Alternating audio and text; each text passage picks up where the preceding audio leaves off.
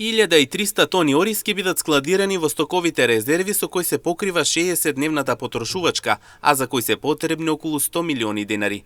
Програмата за дополнување на среднорочната програма за формирање, чување, обновување и користење на стоковите резерви беше усвоена вчера во собранието, а истата беше предложена од Министерството за финансии.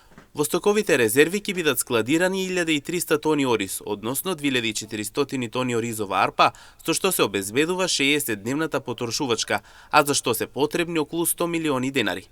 Оризот како култура од исклучително значење за населението во земјава, која е погодна за чување како стоковна резерва, е офатен со последните измени и дополнување на Законот за стоковните резерви. Стоковните резерви се формираат од производи кои се од исклучително значење за животот на населението во Република Македонија и се користат во случај на воена состојба, вонредна состојба, елементарни непогоди, еколошки катастрофи, како и при големо нарушување на пазарот, известуваат од Министерството за финансии.